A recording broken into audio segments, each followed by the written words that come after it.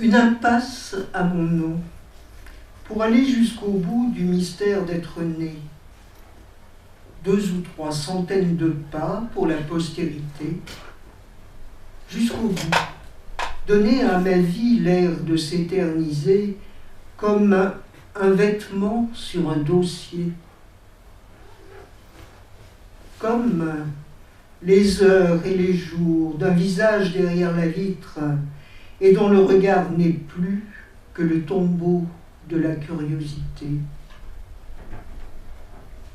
Comme un vieil amour, à bout de joie, à bout de vie, épuisé d'avoir cogné aux vitres, cherchant l'issue. Comme l'obstination du vent à faire des vagues et briser le miroir d'un soleil, alors contraint de voler en éclats.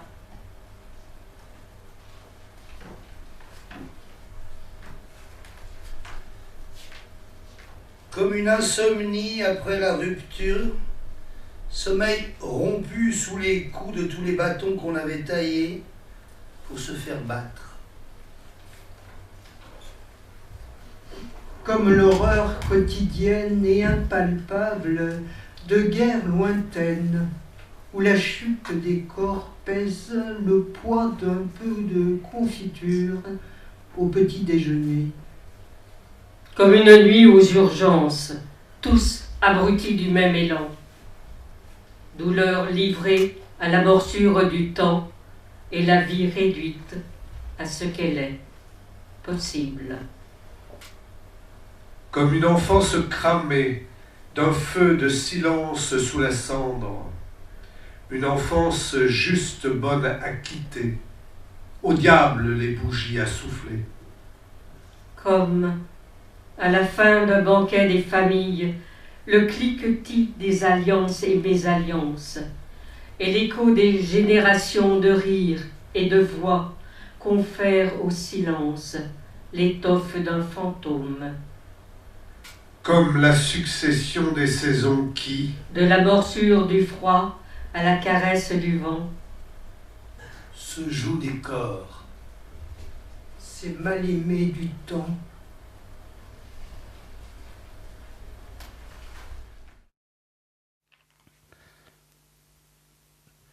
Je te devais au moins ça, Pier Paolo, ces quelques lignes et vers mélangés.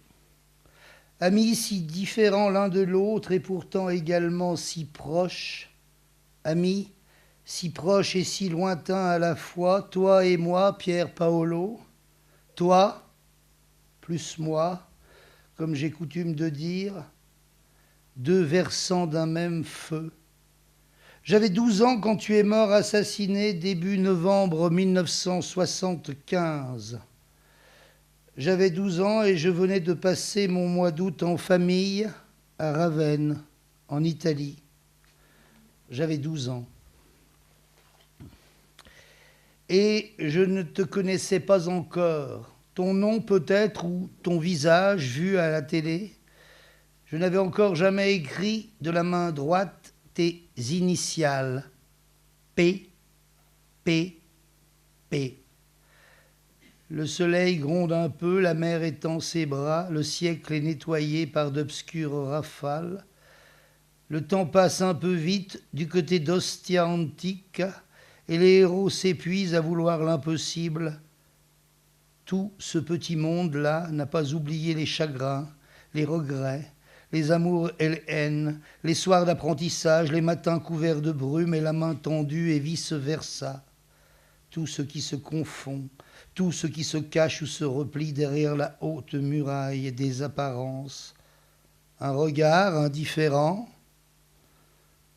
l'autre versant qui s'assombrit, la dégringolade dans l'éloignement, mais pas un mot devant l'autre, pas un mot devant l'autre, plus haut que l'autre, pas un mot même pour simplement dire bonjour, pas un mot même nu, même cru, il n'y a là rien de définitif, de sacré, d'absolu, rien d'universel non plus, d'éternel, de parfait, rien, et c'est déjà beaucoup, tout ou presque, presque tout, et la main tendue Aujourd'hui, la fatigue de la route a vaincu l'ennui du chemin. L'heure tourne et je me sens si las. Contre toute attente, je suis malade et ces derniers temps, mes crises sont rapprochées. J'aimerais appeler à l'aide, qu'on me porte secours. Je voudrais pouvoir hurler, mais surtout, je voudrais bien expérimenter la suite, goûter à des mets inexplorés. Nous sommes, toi et moi, très différents, Pier Paolo. Nous n'avons connu ni les mêmes frustrations, ni les mêmes tourments, ni les mêmes égarements. Ma jeunesse fut heureuse, la tienne plus agitée. Mais l'une et l'autre aujourd'hui sont à jamais perdues. Pier Paolo, tes écrits, tes films, tes images et tes mots sont dans mon sang. Tu me traverses de toutes parts, tu finis même par encombrer mon cerveau. Pier Paolo, comme toi, je n'ai pas toujours fait les bons choix. Certes, tu es plus illustre, ton nom résonne un peu partout, mais tes vers affranchis, anormaux, continuent de parler par ma bouche, continuent de s'écrire en moi. Nous sommes de la même bande, Pier Paolo, de la même ethnie, du même attroupement. Nos investigations morales, un jour ou l'autre, finiront par payer, par porter leurs plus amers fruits. Un jour ou l'autre, Pier Paolo, notre monde deviendra plus supportable et nos existences, sans aucun doute, beaucoup moins risquées. Un jour ou l'autre, Pier Paolo, toi et moi, nous serons en effet des individus un peu plus recommandables. Vivre fatigue, incontestablement, mais l'essentiel est ailleurs. Cela a déjà pu se vérifier. L'essentiel, c'est l'incroyable beauté des choses. C'est l'amorce contradictoire et bondissante. C'est le parfum des jours, l'arrogance extrême de la nuit. C'est ton délire et le mien, mis bout à bout. L'essentiel, c'est tout ce que l'on ne parvient pas à formuler. Ma maladie est étendue, une sorte de dépression, mélangée à de l'amour de vivre, une contradiction. Je suis une contradiction évidente. Et le diabète ne m'épargne pas, lui non plus, quand dans mes veines ont passé 2 litres de Bourbon, 2 litres de Bourbon, 2 litres de Bourbon. J'attends patiemment le verdict. M'aimera-t-elle encore après le crash? Il y a des moucherons, il y a des cafards et il y a toujours trop de nostalgiques. Des livres, des films, des titres, Pier Paolo, enveloppent aujourd'hui mon esprit. Acatone, théorème, pétrole, Mama Roma, qui je suis, l'odeur de l'Inde, écrit corsaire, je suis vivant, la rabbia, la ricotta, adulte, jamais, les cendres de Gramsci. Des livres, des films, des titres que je n'oublierai pas de sitôt, des œuvres pour moi fondamentales et très vite devenues indispensables, des œuvres de vie, de la vie et surtout en vie, des œuvres de chair et de sang, tes poèmes, tes romans, tes images, ta voix, tes mots, ton cinéma, ta spiritualité et même ta sexualité n'ont plus aucun secret pour moi. Tu m'as appris avec fermeté le communisme sentimental et l'amour absolu. Désormais, je sais écrire de ma main droite tes propres initiales, P, P, P.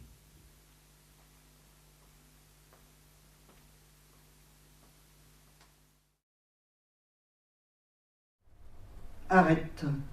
Sinon quoi? L'enfant hoquette peut pas s'arrêter sans étouffer.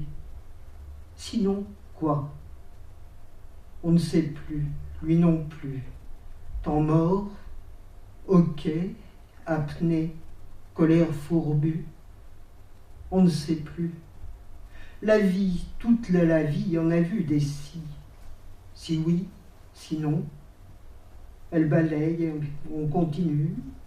On ne saura jamais. Arrête. Sinon, quoi? Pourquoi pas si oui? Si oui, quoi? Ceci, cette-ci des vies qu'on aurait réussi avec des si seulement si ma tête en avait réchappé, n'avait pas été comme noyé ou bien enterré sous un sable épais. Ma tête, noyée ou ensablée, toujours le même tapage, le même brouillage. Le monde peut bien hurler, brûler, silence. Ma tête a son bruit, à l'abri. Ma tête a coupé que je ne sais pas ce qu'elle mijote depuis longtemps sans moi. Je dis, arrête, sinon quoi? Rien à faire, ma tête se fiche de moi.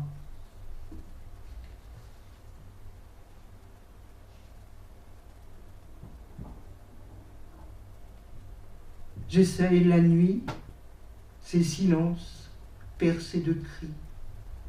Le noir, ces suées de lumière. Encore quelques heures avant l'aigre doux des oiseaux.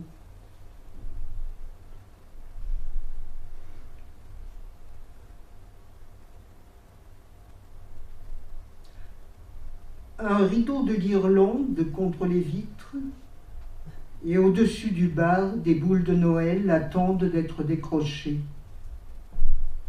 L'heure avance, une table après l'autre, on s'en va. Le bourdon des voix faiblit.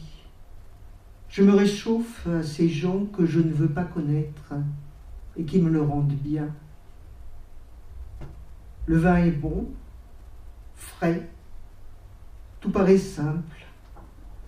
Même mourir dans la magie désuète d'un Noël bientôt oublié, à peine vu passer.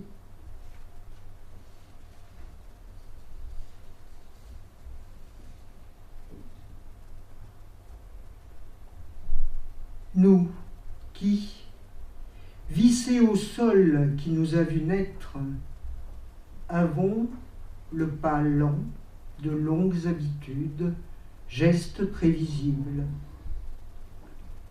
Mais la douleur, peut-être notre seule surprise, nous sort de nos goûts. Sinon, nous, lourds escargots collés au sol qui les a vus naître, nous, faisons les cornes à l'étrange.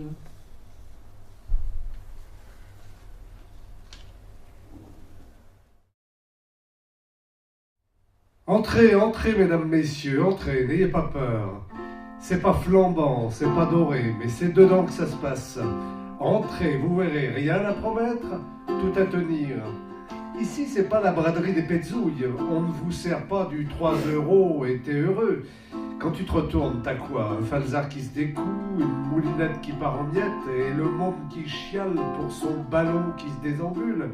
Ici, c'est le bonsoir de la grande rénove, pas la redoute, mon bon, pas celle que tu crains, pas le bazar des illusions, pas les galeries du monument, où ce qui est vrai, c'est surtout l'étiquette et le prix qui est dessus. Et si tu marches, c'est toi qui es pris. Non, ma petite madame, ici, c'est que du vrai. Passe la porte, elle paye pas de mine, mais viens donc, tu verras, et dès l'entrée, c'est le tourbillon. Si t'es venu avec rien, c'est pas grave, ici, pas besoin de montrer son attirail. Même si t'es nu, t'es bienvenu. Entre donc, ma jolie, et toi le grand, ne fais pas ton larron. Pour ce soir, tout est donné. Tu rentres ici et quand tu sors, alors c'est la rénove que je te dis. T'avais des poches sous les yeux, mais c'est fini, elles n'y seront plus. Et ton bénouze était râpé. Regarde, mais regarde, tu n'en crois pas tes yeux. C'est un fut à faire pâlir les gueux. Allez, messieurs et mesdames, c'est le moment de profiter, c'est tout de suite, pas plus. Le bonsoir de la grande rénove, on y accueille les pauvres, les riches, ceux qui ont des soucis et ceux qui sont pas bien. Tu peux même amener ton copain, celui du pays plat, le petit frimeur, et tu verras, en ressortant, plus Dieu qui fuit et le regard franc. C'est comme ça la grande rénove. On n'en dit pas et des commandes et on tient bon des réglos, on ne pose pas d'autres conditions. Ici c'est jour, ici c'est net, on ne mise pas dans la calcagne. On pose pas ici, on est dans le vrai. Si tu arrives avec tes vieilles histoires et tes remords à la rénove, on te les refait, tu sors, t'es neuf, et t'as des tas d'histoires à raconter à tes copains, t'es un homme neuf qui a plus qu'à prendre tout ce qui se passe et tout ce qui se donne. Allez, mesdames et messieurs, c'est maintenant qu'il faut y aller, même si l'entrée n'est pas coquette, même si le bateleur n'est plus tout jeune, ne vous y trompez pas, il n'y a pas d'arnaque. Ici, on ne vous plume pas le portefeuille, on ne vous pique pas vos colifichets, on vous laisse passer, on vous rend vos années, on vous redonne du frais, on vous rameute tous vos espoirs, on vous refile la joie, on vous requinque le palpitant. Et quand tu sors, t'es plus fringant qu'un familier du CAC 40. T'es pourtant pas un de ces voleurs d'Ali, t'as fait venir ici à la Rénov, te faire refaire une nouvelle vie.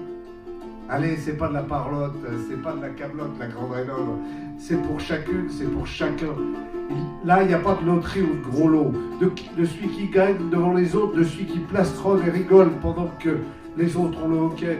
Non, à la grande Rénov, c'est égalité pour tous. Le riche n'y gagne rien que ce qui lui manque, comme par exemple un peu de cœur, et le pauvre s'en sort au moins de ne pas manger, ça ne sera plus le cas. La grande Rénov, ça dure un soir, c'est aujourd'hui la grande Rénov, c'est le paradis. Si tu rates, ça ne revient pas, ce sera Tintin pour l'avoir à nouveau. Surtout ne pas rater l'occasion, ne pas rater l'occasion.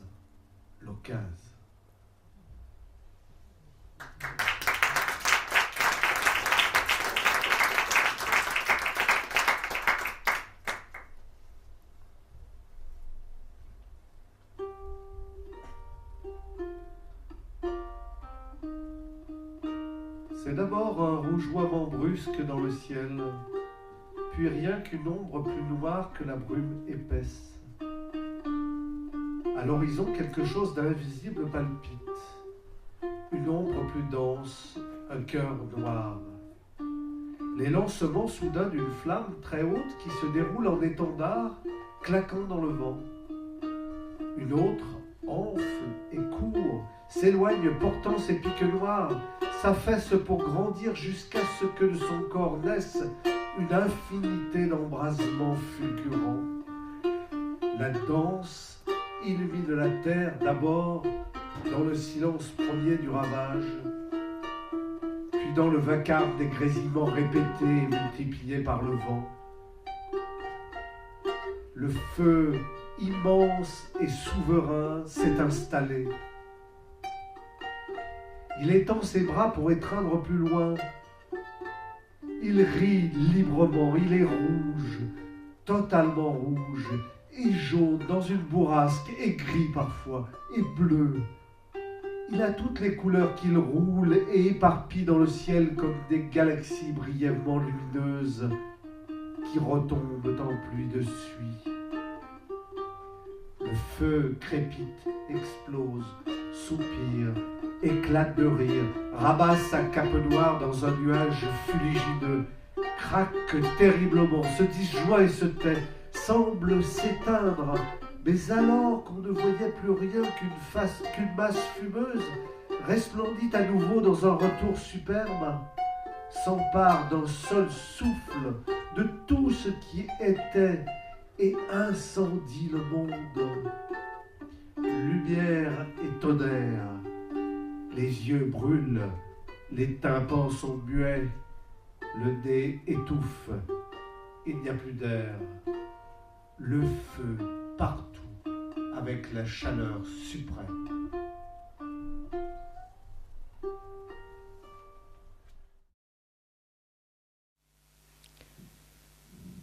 Marre de ma dernière demeure.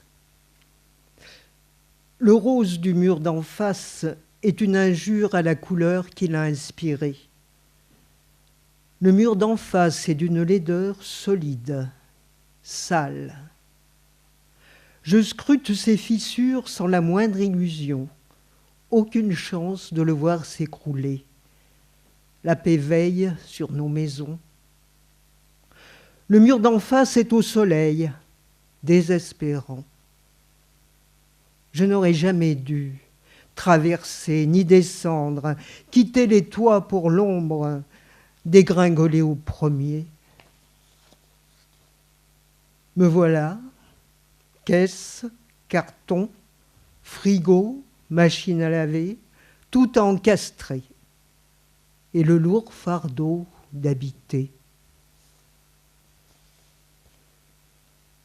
Les rues grouillent de voisins, et moi, je cherche encore où m'en aller creuser mon trou. Où c'est chez moi? Les voisins bougent, occupent le terrain, ont des chemins tracés pour entrer et sortir, surtout rentrer, se couler dans le béton, habiter. Et moi, toujours pas creusé. Le temps me talonne, il faudra bien rentrer, endosser quelques murs pour devenir enfin une voisine coquettement murée. Je fais souvent ce rêve étrange et pénétrant de ruines et de gravats où chercher ma maison, fouiller, creuser à tout vent, empoussiérer le temps, écarter le moment d'être, écrasé entre mes murs, comme un insecte sous un pas, même léger. La saveur des mots, devenue fleur rarissime. Toi, héros d'une frange, héros qui s'émeut de subsister aux franges d'un roman écrit ailleurs, de vivre une paix criblée de guerre. T'apporterai-je quelques secondes de rémission, un pan de ciel, je t'espère, avide. Pour l'heure, rire et délire cousus sont côtes de mailles, folie à foison, au bercail les poissons. Poissons fourbus des rives, tu, je, nous, vous, il. Discours parfois sur le retour vers le bleu, mais la route ne se fait pas à l'envers. Tes soupirs jamais n'écriront le chant des baleines. En pente douce, le bleu a perdu pied. L'impératif affûte ses points d'exclamation. Tu prends le vent, un cerf-volant à la main. À moins que...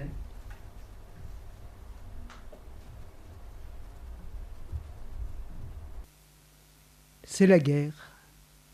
La ville est nue. Le silence rumine entre les bombes. La femme qui marche là-bas, de quels souliers est-elle chaussée? Suée de poussière, souffle coupé. Au pied des murs, grandie d'avoir été brisée, la femme qui marche là-bas, de quoi est-elle chaussée? Semelle de bois, talons ferrés? De quelle sécheresse, de quel écho l'accompagnent ses souliers? Rue grêlée, cimetière de pierre. La femme qui marche là-bas trébuche, talons pointe blessés au fond de ses affreux souliers. La femme qui marche là-bas a-t-elle compté les pères usés, réparés, éculés? Combien? À quel prix la paix? Le poète ne peut se taire. Il est cet enfant qui porte la démesure du monde, ce funambule qui la pesanteur apprivoise et révoque. Il croit les couleurs à l'aube de l'amour. Il espère les matins au-delà des horloges. Nous sommes en partance pour un continent intemporel non vierge d'empreintes. Apprends-moi à lire les alphabets du monde, fastueux messages. Les alphabets du monde sont fleurs passées au crible d'humanité gravide, enceinte de quintessence, de ciel et de fenêtres, d'envol précieux.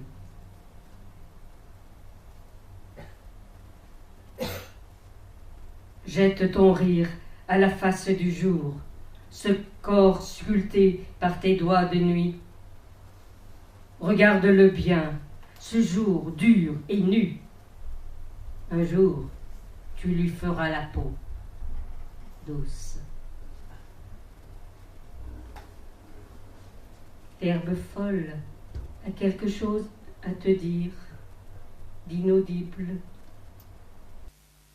La pluie, trop légère pour tomber, poudre l'air, humecte les rues. Un homme se couche, se couvre, va dormir, disparaître avec tout ce que le jour éclairait. La nuit fourbit ses silences secoués de stridence. Sirène, bonne fée de l'urgence penchée sur le sommeil de l'homme qui dort dans un halo de pluie.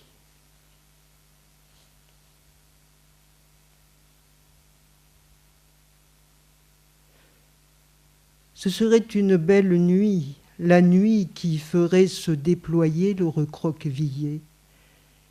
Une nuit, fut-elle la nuit des temps, pour ce froissement de cendres dans les plis de ce que l'on avait laissé pour mort. Allons cueillir la joie dans les herbages hauts. Il n'y a plus de loups. La peur des hommes les a dévorés. Que dis-tu? Les champs sont clos de barbelés. Les forêts, peaux de chagrin, grésillent dans les yeux du feu, animal roux. Qu'il est temps de réinventer des bosquets où fourmillent, s'ordonnent secrètes mélodies. Que la tête des futaies, comme naguère, devrait effleurer la joue des nuages.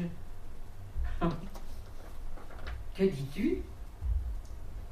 Quelques tanières ignorent crêtes et frontières, que la liberté se joue du champ social aux abois, mis en coupe réglée. Allons rire dans les bois, espérons que le loup y soit.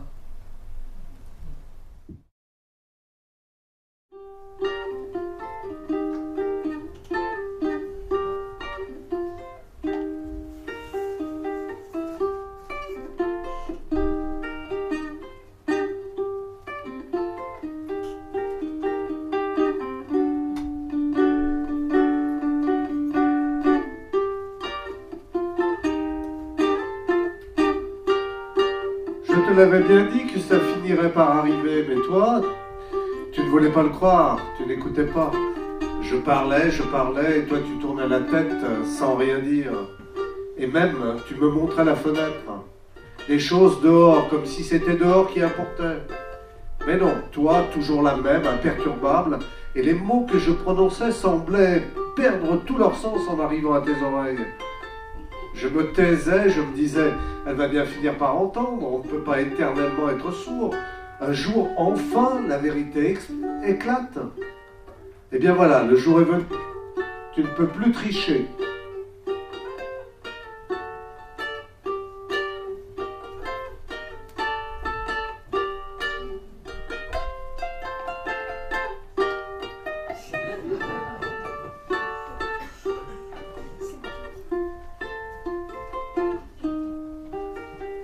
Eh oui, quand tu découvres ça, je vais te dire, ça fait quelque chose.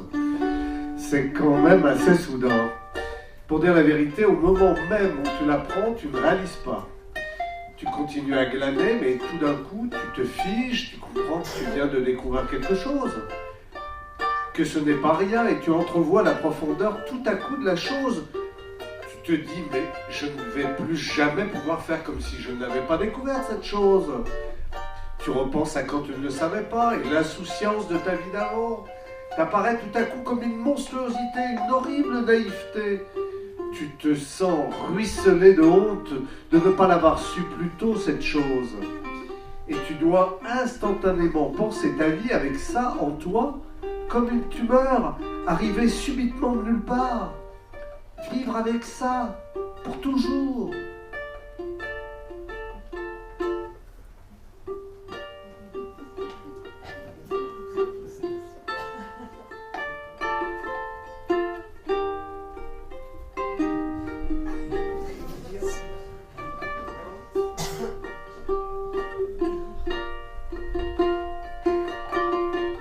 J'avais d'abord pensé de t'en rien dire et trouver un moyen pour te le faire comprendre.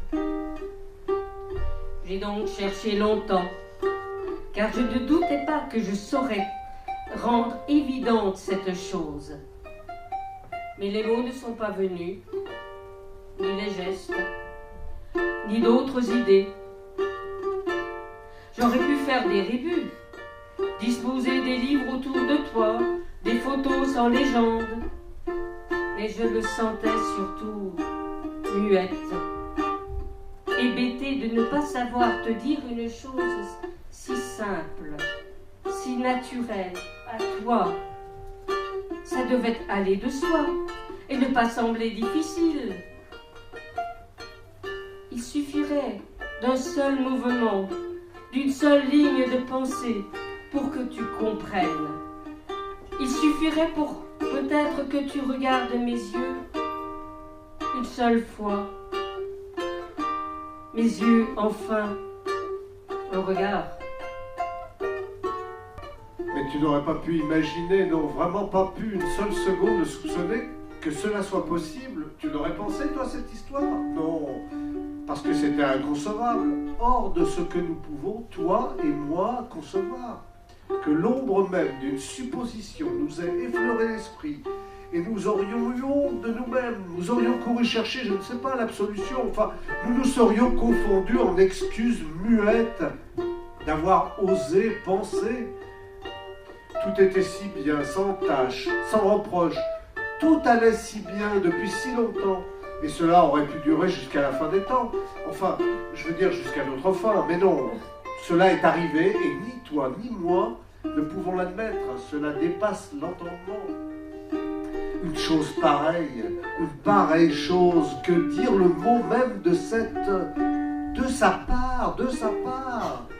Non, nous n'aurions pas pu l'imaginer, ça. Quand j'ai entendu le mot, je me suis dit non, ce n'est pas possible. Ni aujourd'hui, ni pour moi. Le mot était comme un truc inaccessible, une sorte de planète qui tout à coup s'était arrêtée devant mes yeux. Comme si ça voulait me regarder, moi seul, un mot pareil. Je l'ai regardé, il voulait rire. Pourquoi utiliser tout de suite des grands mots? On était là à chercher des solutions. Pas besoin d'aller remuer la terre pour trouver des solutions. Mais lui, là, avec ce mot qu'il avait laissé tomber comme un crachat sur le bureau, et moi qui l'entendais résonner et résonner. Je suis sorti avec le mot, on a fait quelques pas ensemble. J'ai failli me prendre la porte de verre dans la figure. Un mot auquel je n'avais vraiment jamais pensé. Là, évident, comme une affaire à suivre. Tu parles, à suivre.